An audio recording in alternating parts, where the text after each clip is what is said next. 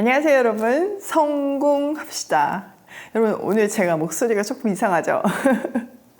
어저께 드디어 첫 번째 목요 기도회가 있었어요. 오이 패밀리 목요 기도회요.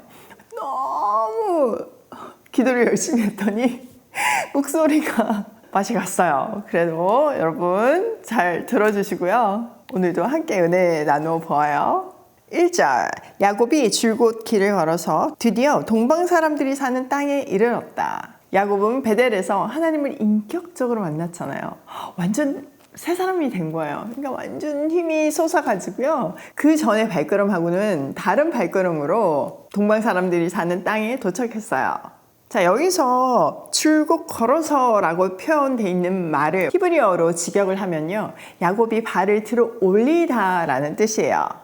이 말은요, 발걸음이 막 신나서 가볍게 옮겨졌다는 뜻이기도 하죠. 베델에서 하나님을 만났기 때문에 이제 그의 발걸음은 정말 질질 끄는 처량한 도망자의 발걸음이 아니라 새 일을 시작하는 하나님을 기대하는 정말 즐겁고 콧노래가 나오는 발걸음인 거예요. 하나님 안에 있는 우리의 발걸음이 이래야 되는 거죠. 자, 2절.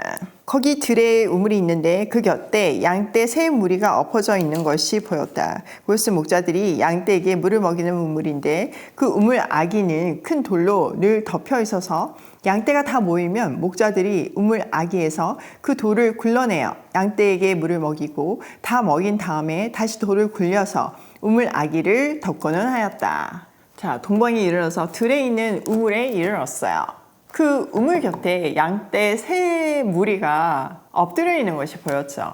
자, 당시 우물은요, 엄청 귀했어요. 그리고 소유지를 표현하는 아주 중요한 곳이기도 했죠. 보통 우물은요, 이렇게 넓적한 바위를 가지고 이렇게 덮어두기도 했거든요. 그 돌을 옮기려면 몇 사람이 이제 함께 힘을 합쳐야지만 굴릴 수 있었어요. 이 무거운 돌을 위에 덮어두는 거는 첫 번째는 수지를 보호하는 의미이기도 하고요. 또 두 번째는 아무나 사용하지 못하게 소유권을 표현하는 방법이기도 했죠. 그래서 그 우물을 풀려면 목자들이 서로 이제 어느 숫자가 모여야지만 그걸 열고 물을 먹였어요. 그러니까 지금은 숫자가 모이기까지 그 뚜껑을 열기까지 쉬면서 기다리는 모습인 거죠. 자, 4절. 야곱이 그 목자들에게 물었다. 여보십시오. 어디에서 오시는 길입니까? 그들이 대답하였다. 우리는 하란에서 오는 길입니다. 야곱이 그들에게 또 물었다. 나홀이라는 분의 손자인 라반이라는 분을 아십니까? 그들이 대답하였다. 아, 예, 우리는 그를 잘 압니다. 야곱이 또 그들에게 물었다. 그분이 평안하게 지내십니까? 그들이 대답하였다. 잘 삽니다. 아, 마침 저기 그의 딸 라헬이 양떼를 몰고 옵니다. 야곱이 말하였다. 아직 해가 한창인데 아직은 양떼가 모일 때가 아닌 것 같은데 양떼에게 물을 먹이고 다시 풀을 뜯기러 나가야 하지 않습니까? 그들이 대답하였다. 그렇지 않습니다. 양떼가 다 모일 때까지 기다렸다가 양떼가 다 모이면 우물 아기의 돌을 굴려내고서 양떼에게 물을 먹입니다. 자, 야곱은요, 우물가를 가서 우물가에 모인 목자들에게 말을 걸었어요. 어디서 왔습니까? 라고 물었는데요. 웬일이에요? 자기의 목적지인 하란에서 왔대요. 하나님이 정말 동행하시고 계심을 우리가 느낄 수 있는 대목이죠. 그래서 야곱은요, 혹시 라반이라는 분을 알고 계십니까? 이렇게 외삼촌에 대해서 물어요. 그랬더니 너무 놀랍게 이들이 우리는 잘 알고 있는 사이라고 말하죠. 안부까지 묻는데 안부까지 잘 알고 있는 진짜 친한 사이였던 거예요. 근데 더 놀라운 사실은요, 바로 그때 그 외삼촌, 자기 찾고 있는 외삼촌의 딸 라헬이 오고 있다는 거예요. 바로 자기가 찾고 있는 아내였던 거죠. 자, 비록 지금 야곱이 형을 피해서 도망을 왔기는 하지만 명목상은 라반의 딸을 아내로 삼기 위해서 왔어요. 베델에서 하나님께서 내가 함께 할 것이니까, 동행할 것이니까 두려워하지 말라고 하셨는데 정말 다 일이 착착착 진행되어 있는 거예요. 하나님의 동행하심을 세밀하게 지금 야곱에게 알려주고 계신 거죠. 여러분, 아브라함의 종 엘리에셀이 이삭의 아내 리브가를 찾을 때 왔던 장면 기억하시나요? 엘리에셀이 그 먼 미지의 길을 떠나면서 아마 두려웠을 거예요. 정말 그 아내감을 찾을 수 있을까? 아내감을 찾는다고 해도 그 처녀가 정말 나를 따라올까? 정말 알 수 없는 길이죠. 하나님이 은혜 베풀어 주시지 않으면 이루어질 수 없는 정말 미지 그 자체였어요. 그런데 하란에 도착해서 그 아내감을 만나게 해달라고 기도할 때, 기도가 채 끝나지도 않았을 때 짜잔! 리브가가 나타났어요. 그리고 그의 기도대로 모든 행동을 했죠. 그런데 이번에도요, 야곱이 그 목동들하고 대화를 마치기도 전에 그의 아내 라헬이 나타나고 있어요. 하나님의 더 급한 마음이 읽어지시나요? 더 급한 하나님. 어저께 오이 패밀리 기도의 말씀 제목이었어요. 더 급하신 하나님.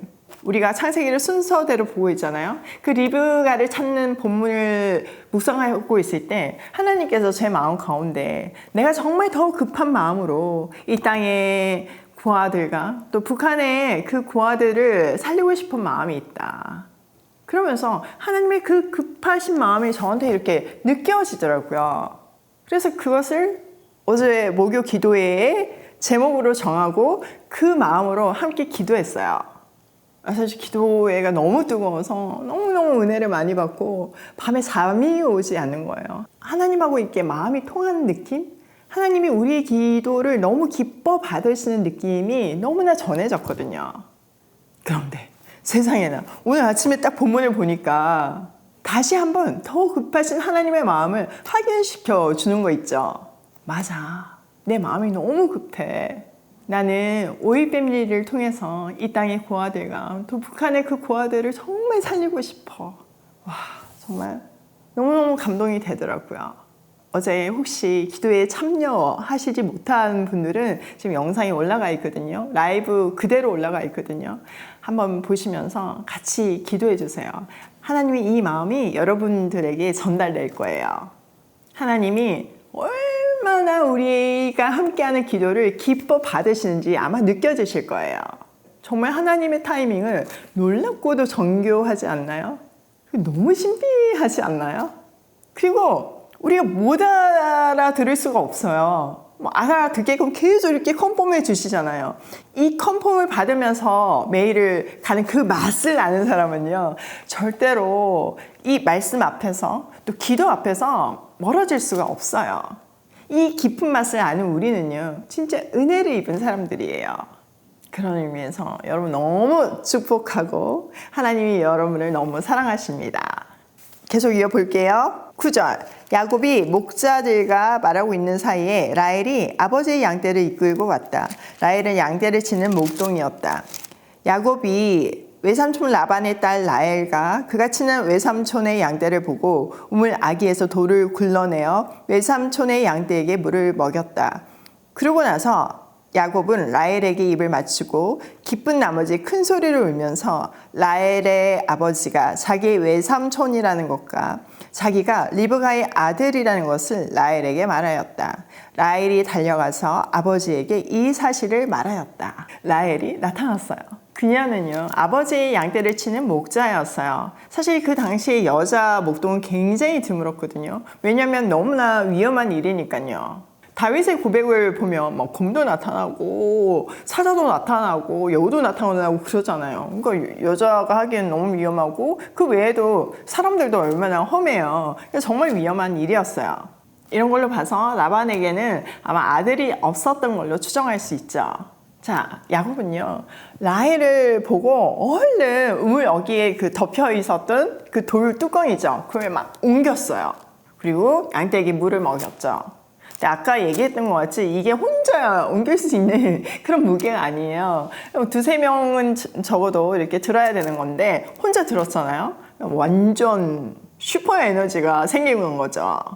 이것 때문에 전승에 의하면요, 야곱은 정말 힘이 센 거인이었다라고 전해지고 있어요. 야곱은 라헬에게 입을 맞추고 큰 소리로 울었어요. 청년이 갑자기 처음 만난 처녀에게 입을 맞춘다는 거는 이건 평범한 일은 아니죠. 그런데 그 당시 문화 가운데서는 친한 친족 사이에는 이렇게 입맞춤이 사실 인사법이었어요.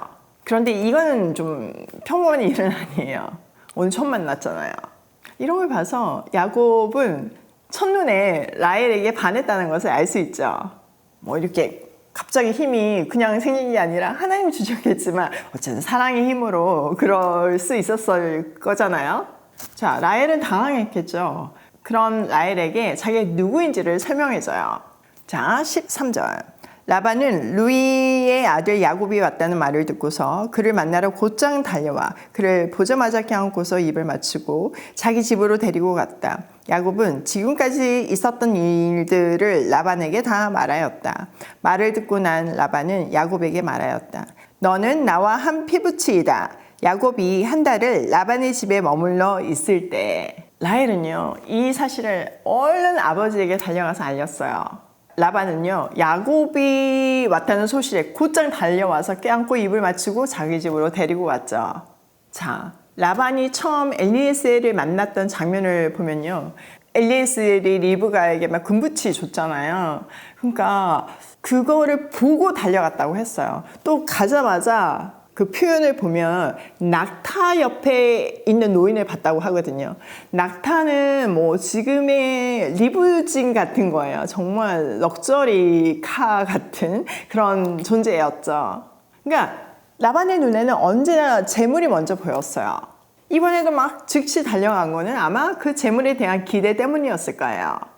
야곱은 라반에게 그간의 소식을 다 전했어요. 라반은 야곱을 한 피부치라고 말했고 그를 머물도록 허락했죠.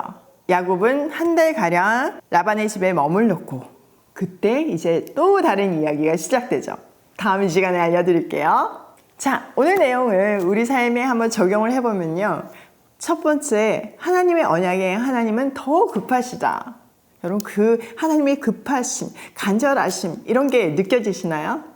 우리 앞에 수많은 장벽이 있다고 해도 내가 정말 아무것도 아니고 나에게 아무 능력이 없다 해도 나의 동력자이신 하나님께서 나를 동력자로 부르셨기 때문에 나의 동력자가 전능하신 하나님이기 때문에 우리는 하나님의 언약을 성취할 수 있어요.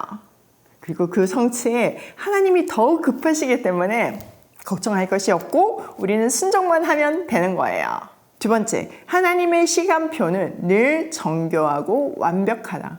진짜 소름이 돋지 않나요?